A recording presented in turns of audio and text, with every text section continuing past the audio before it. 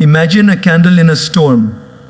The winds are howling, the rain is crashing down, and yet that candle does not flicker. Now ask yourself, can the same be said about your mind in the storms of life? Is your inner world as steady, or is it shaking at every gust of difficulty? Today I will reveal a truth so powerful, yet so simple, that when understood, it can make your inner peace unshakable, no matter what chaos surrounds you. While live in a world that spins faster every day, more noise, more stress, more demands. We chase success, love, validation, peace, but lose balance in the process. We try to fix everything outside, change jobs, change people, change environments, but we forget, no matter where you go, you carry your mind with you. And unless we train the mind, unless we understand its nature, we will continue to be thrown off balance again and again. Today, I'm not going to tell you how to escape the world. I'll tell you how to stand strong within it, with a heart rooted like a tree and a mind still like a lake. This is not theory, this is ancient wisdom, practical tools, and a mindset shift that brings true strength, not just outer success, but inner steadiness. Have you ever seen a lotus flower blooming in a muddy pond? It's one of the most poetic images found in nature. Surrounded by murky, dirty water, the lotus doesn't allow a single drop of that mud to cling to its petals. It rises above the filth, untouched, untainted, radiant and calm. Now think about your own life. Think about the chaos, the arguments, the stress, the distractions, the judgments, the noise of the world. We're surrounded by it. Every single day, we wake up and are instantly pulled into a storm of responsibilities, notifications, comparisons, expectations, and endless to-do lists. It's like waking up in a muddy pond. But what if you could be like the lotus, fully present in the world, engaged in everything you do, yet untouched by the negativity, the noise, and the chaos? That is the secret of detachment. But here's where people get confused. Many think detachment means running away, shutting off, becoming cold. That if you're detached, you stop caring, you withdraw, you isolate. But true detachment is not disconnection, it's not indifference. It's deep engagement without becoming enslaved to outcomes. Let me give you an example. Imagine you're holding an ice cube in your hand. You hold it tight, clench your fist, and what happens? It melts faster. The tighter you hold it, the faster it slips away. But if you hold it gently, with awareness, it stays longer. That's how life works. People, moments, opportunities, they are like ice. Trying to possess and control them leads to stress. But when you can engage with love, yet allow things to be, you begin to taste peace. Consider a parent raising a child. A mother feeds her baby, stays up all night, changes diapers, sacrifices sleep, time, and energy. But does she get attached to the baby's behavior or achievements? No, she gives love selflessly, not to control the child, but to nurture. That is detached attachment. Doing your duty with full heart, but not building expectations that lead to pain. Or think about the workplace. You may work with dedication, put your best efforts into a project, but what if your idea isn't chosen? What if the credit goes to someone else? If you're attached, you burn inside, you feel rejected, insulted, your peace gets stolen. But if you're detached, you work not just for recognition, but for contribution, you remain balanced.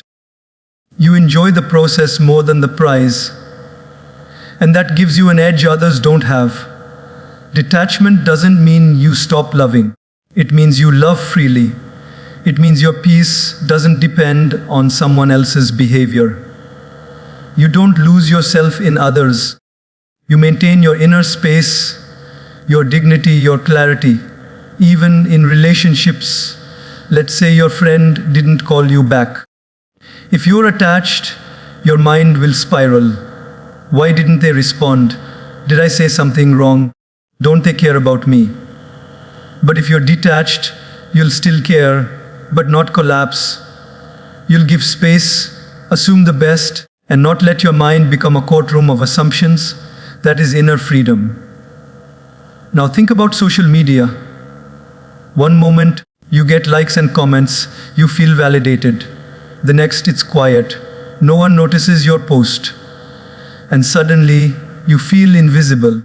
This emotional roller coaster happens when we're attached to approval. But the moment you detach, you post to express, not to impress. You live to grow, not to be seen. You begin to build a mind that's anchored inside, not tied to a fluctuating outside.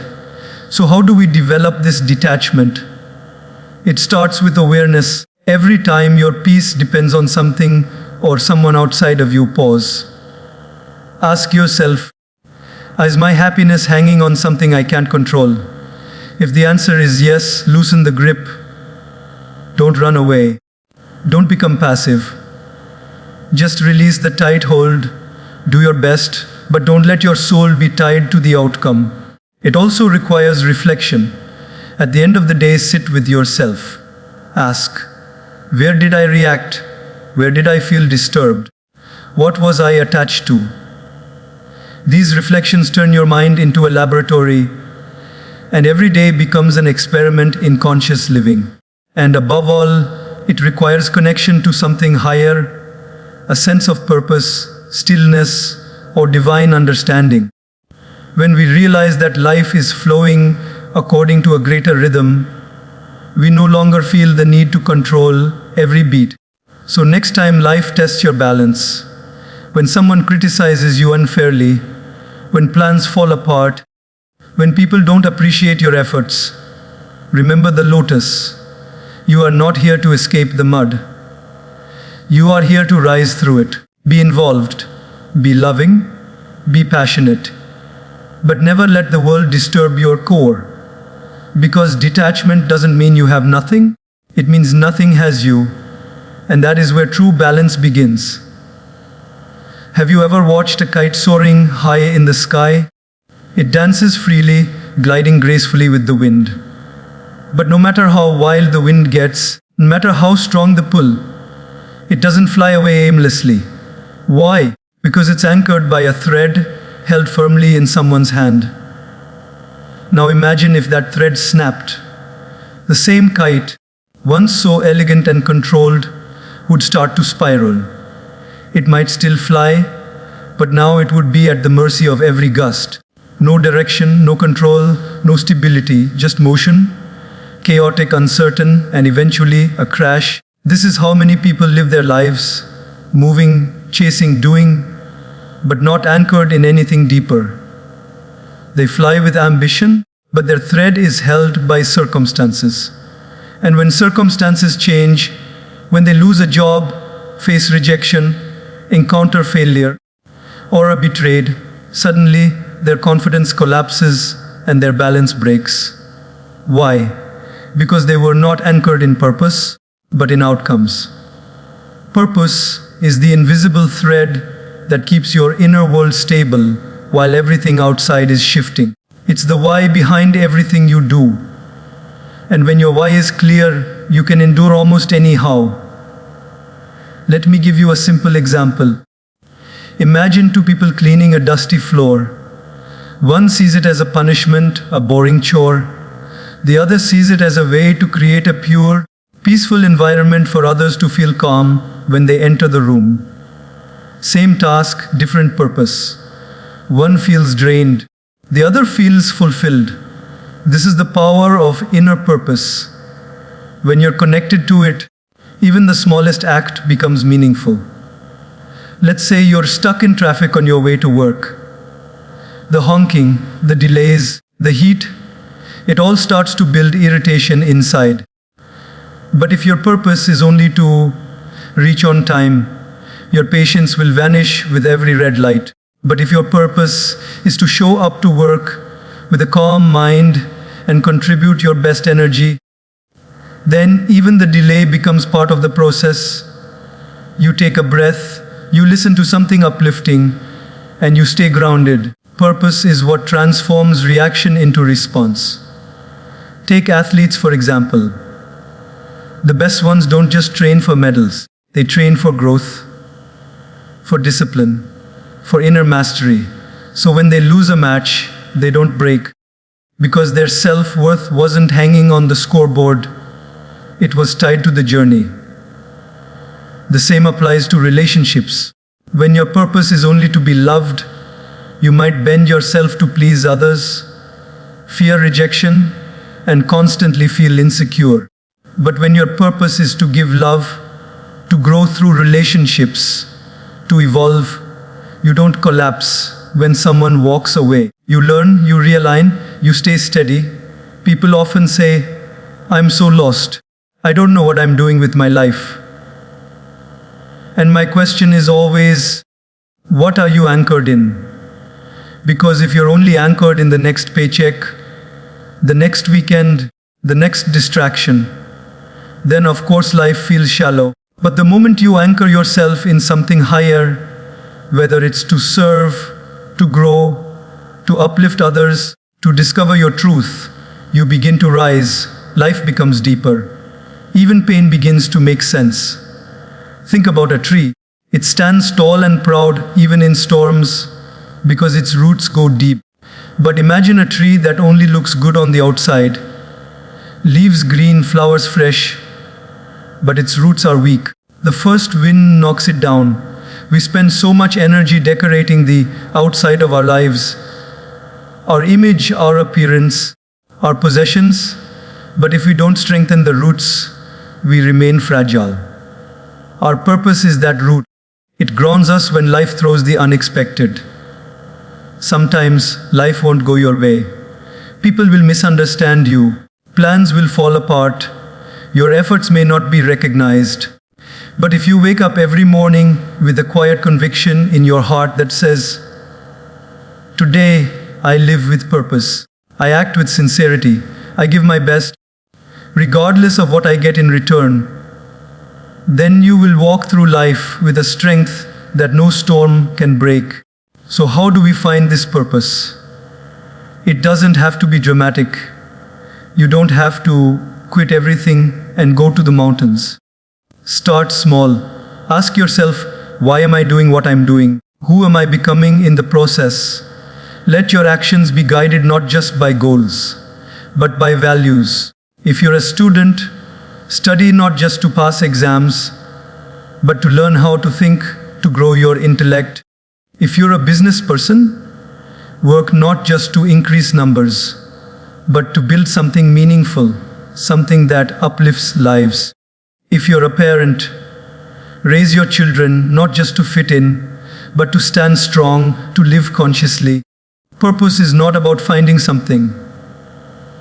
It's about choosing something worth living for and showing up for it every single day. Because when life gets tough, and it won't be your money, your followers, or your titles that carry you through. It will be your clarity of purpose, your inner compass. And once you're anchored in that, you're no longer controlled by what's outside of you.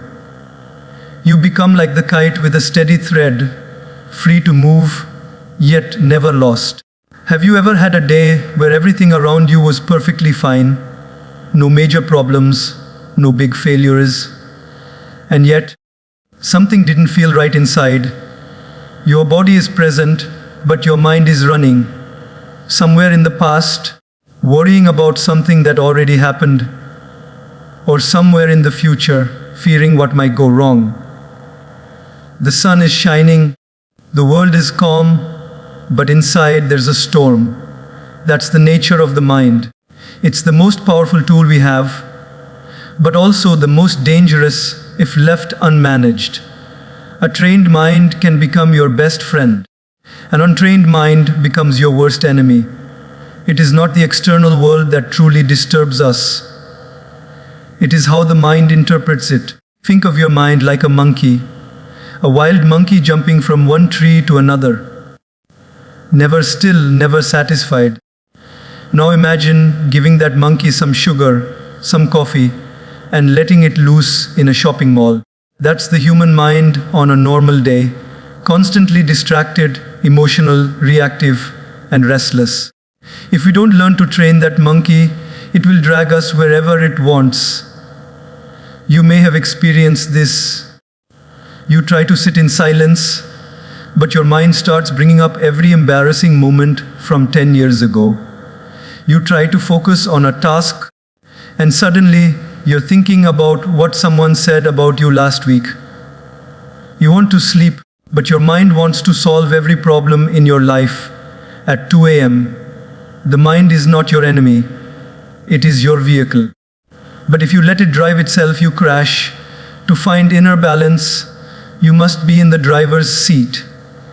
You must decide where to focus, what to let go, and when to be still. Let's take a daily life example. Imagine you're at work and a colleague criticizes your idea in front of others.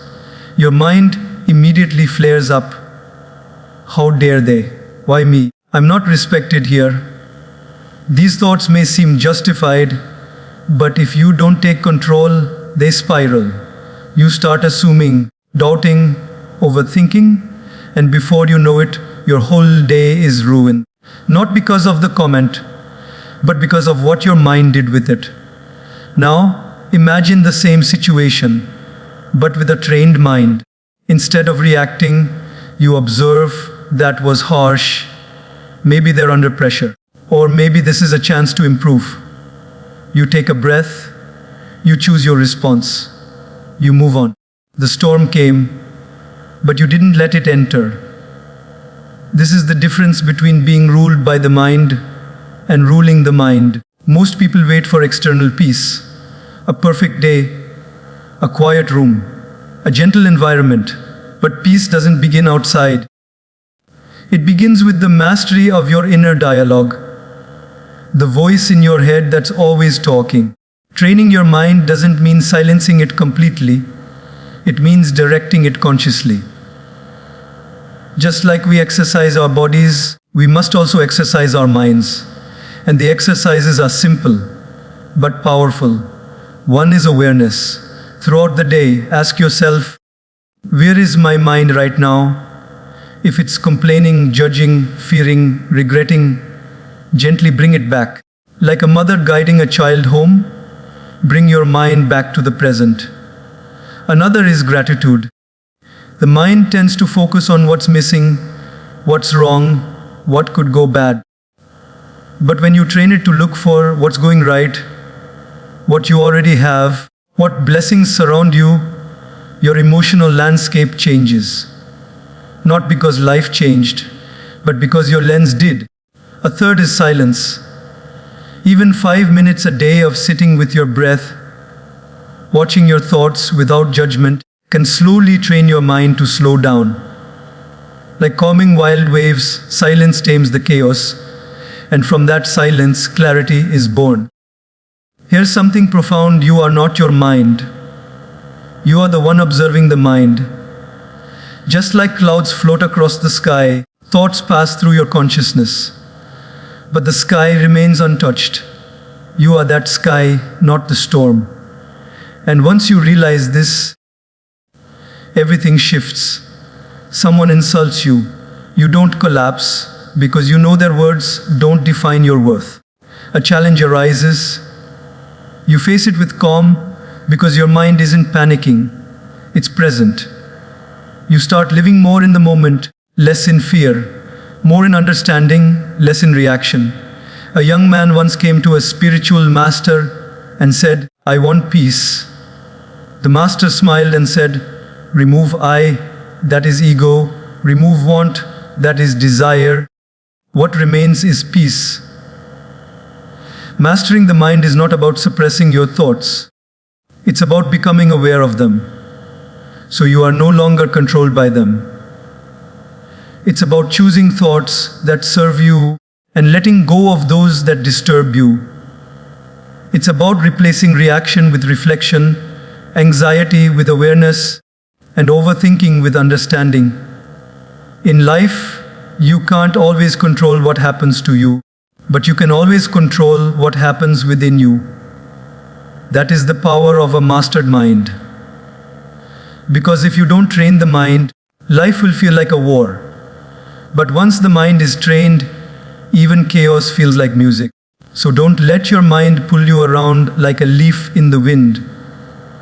Sit in the center of your being. Take the reins back and begin the beautiful journey, not of escaping the world, but of mastering the one within. Life will always test you, not occasionally, but repeatedly. And the test won't always come in the form of major events. Sometimes it will arrive in the smallest moments.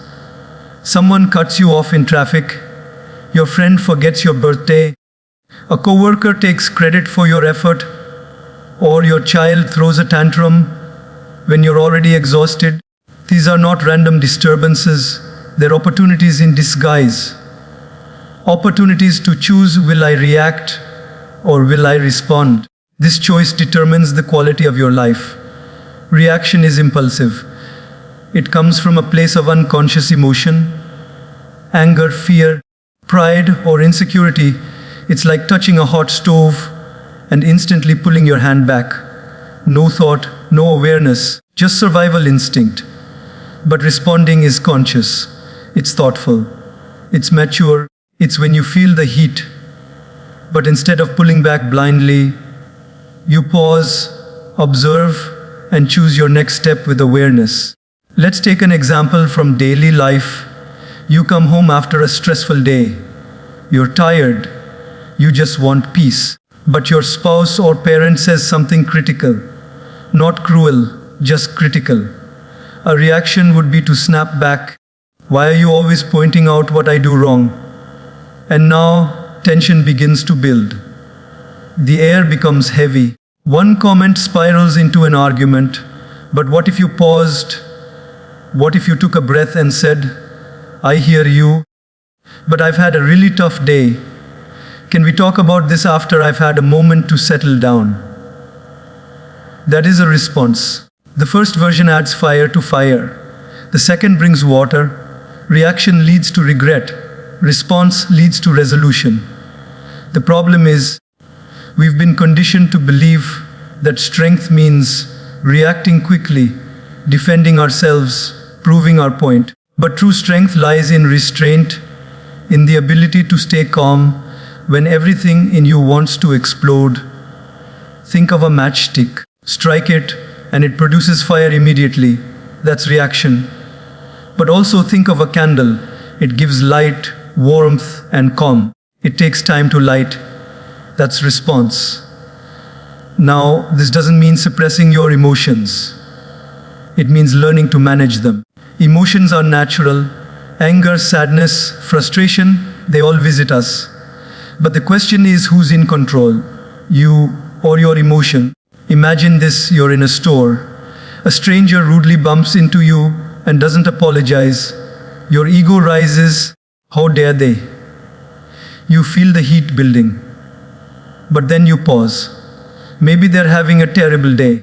Maybe they just received some bad news. Maybe it has nothing to do with you. You take a deep breath. You choose peace over pride. You walk on, unaffected, undisturbed. That one decision might save you hours of irritation. That's the power of responding. We must also understand that every reaction from us is a reflection, not just of the moment, but of our inner state. If I'm already feeling insecure, even a small joke feels like an insult. If I'm already frustrated, a simple request feels like a burden. But when I'm centered, even chaos can't disturb my peace. That's why response requires awareness, the ability to observe not just what's happening outside, but what's happening inside. A moment of silence between stimulus and action is where wisdom lives. That pause gives you power. There's a beautiful story from nature. If you throw a stone into a pond, it ripples. But if that pond is muddy and disturbed, the ripples spread wider and stay longer. But if the pond is clear and still, The ripples are gentle, and they fade quickly. The pond is your mind. When your inner state is calm, no matter what stone life throws at you, your surface remains mostly undisturbed.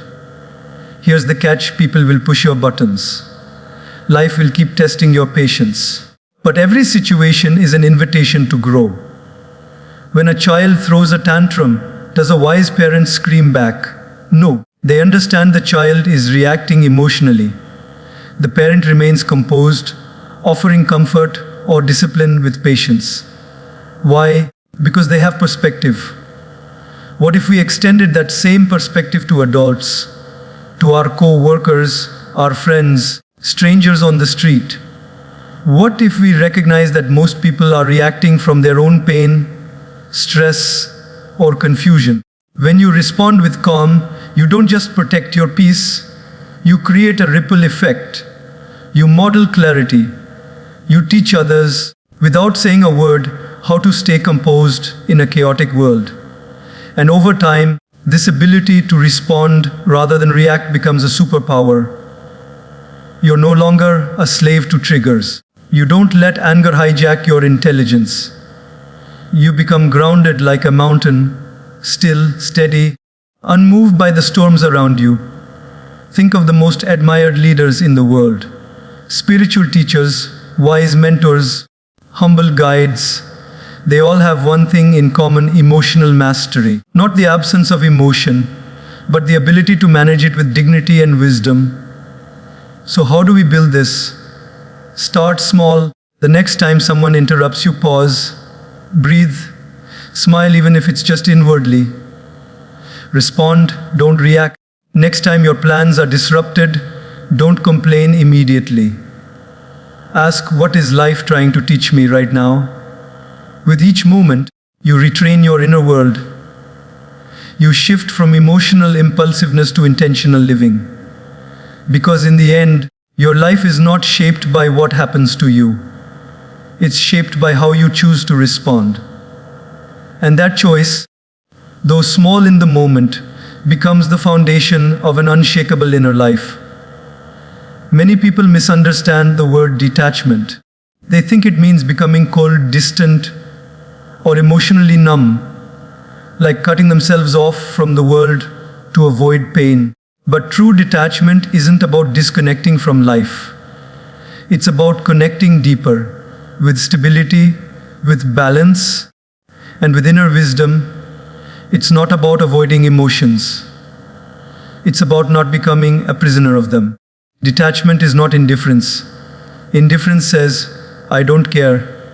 Detachment says, I care deeply. But I don't allow my peace to depend on outcomes I can't control. Let's take a simple example. Imagine holding a handful of sand. If you hold it gently, the sand rests easily in your palm. But if you clutch it tightly, trying to control it, the grain starts slipping through your fingers. The more you cling, the more you lose. Relationships, achievements, even dreams work the same way. Cling too tightly and you suffer. Hold with awareness and openness, and they bring joy, not pressure. In daily life, attachment often sneaks in wearing different masks. You pour your heart into a project at work, and your mind becomes fixated. It has to succeed. It must get approval. If it doesn't, your spirit breaks. Or in relationships, you love someone, but your mind begins to obsess. They should behave this way. They must never leave me. They must always agree with me. And when they don't, emotions explode. Anger, fear, sadness. This is not love. This is dependency. But what if you approached life like a gardener? A gardener waters the plants daily, protects them from weeds, nurtures them with love. But the gardener also knows that he doesn't control the weather. Sometimes, despite all efforts, storms will come. And so, he continues to care without attachment to the outcome. He does his part and lets nature do hers. This is detachment in action. Give your best, but don't be destroyed if things don't go your way. Love fully, but don't lose yourself in the process. Many people suffer not because of what happens, but because they've tied their identity to what they possess: people, titles, achievements, opinions. And when those things shift, and they always do, their inner world collapses. Imagine someone standing on a moving train, trying to balance while gripping the seats. Every turn shakes them. Every jolt throws them off. But now imagine someone standing with feet planted firmly, knees slightly bent, aware of the motion. They may still sway, but they don't fall. That's the inner posture of a person who has learned detachment. They engage fully with life. They feel everything: joy, sadness, love, disappointment. But they don't allow those waves to drown them. They learn to surf them with grace. Think about your phone. You use it every day. But if it breaks, you may feel inconvenience, maybe a little irritation, but you don't feel like you've broken. Why? Because you use the phone, you are not attached to it as part of your self-worth. Now imagine carrying that same healthy detachment into emotional areas of your life. If someone praises you, you smile, but you don't become arrogant. If someone criticizes you, you listen, reflect if needed, but don't crumble. If life gives you success, you enjoy it, but you don't become addicted. If it brings failure, you learn from it, but you don't let it define you. That's not coldness, that's power, because only when you detach from the need for things to go a certain way do you actually find the courage to live with boldness. You take risks, not out of desperation, but out of growth. You love others, not to possess them, but to uplift them. You serve, not to be recognized, but because it's your nature. A powerful example is that of a parent raising a child. A wise parent loves their child deeply, but they also know this child has their own destiny. You guide them, support them, protect them, but you don't try to control their every decision. You're involved, but not possessive.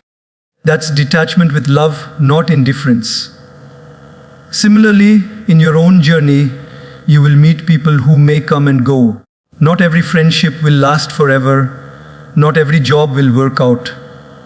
Not every plan will unfold as you imagined. But if your sense of peace is rooted in something deeper, your values, your purpose, your connection to the present moment, you remain calm even when circumstances change. The truth is, everything in this world is temporary. Positions change, people evolve, situations shift. But your ability to remain rooted while flowing with life, that is your true strength. Detachment is not giving up. It is growing up.